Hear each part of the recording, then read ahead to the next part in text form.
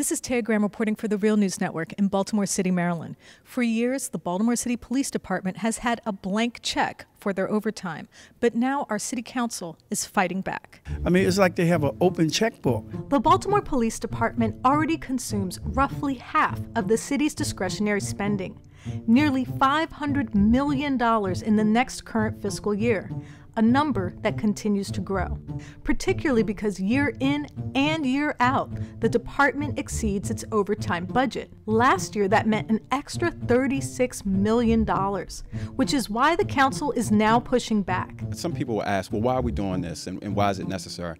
When we look at last year's fiscal budget, even prior before it got to the council by our first quarter milestone, the police department was already $17 million in the deficit as it relates to overtime. Today, Councilman Leon Pinkett introduced a resolution that calls on the department to provide monthly briefings on overtime spending, a move that Pinkett says is long overdue.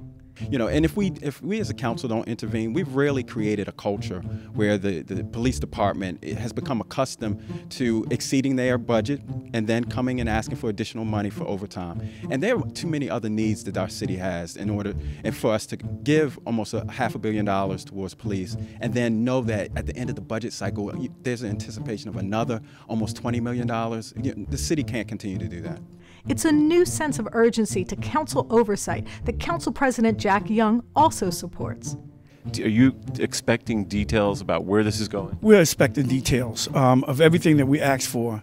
And if we don't get it, they're going to have a problem with their budget because the budget have to come through this council. One key question remains unanswered. The department has often justified overtime spending by citing shortages of patrol.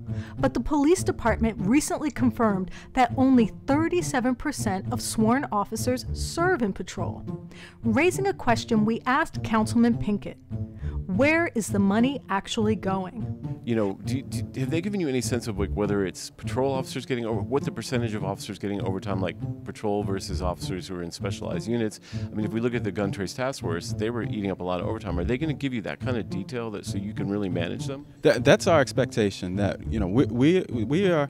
This is about transparency, not only for the council but also for the constituents of the city. And we want to know what is driving the overtime. What are the reasons, and really looking at those, and then making suggestions, recommendations, developing a strategy on how we can address those. Adding to the mystery is a much anticipated audit of overtime, which city officials refuse to release. The people working on the audit are working under the direction and supervision of attorneys.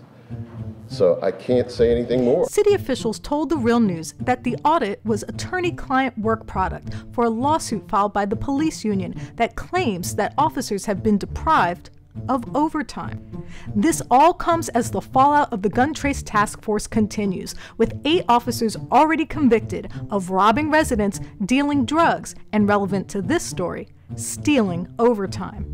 We asked the police department and the union for comment and if they would comply with the council's request. They have yet to get back to us. But Council President Young says the City Council will not be ignored, and that the days of the Baltimore City Police Department spending freely are over. Now, we want them to be open and transparent, just like the citizens expect us to be. So the information that we request, and we expect to get it. This is Taya Graham and Stephen Janis reporting for the Real News Network in Baltimore City, Maryland.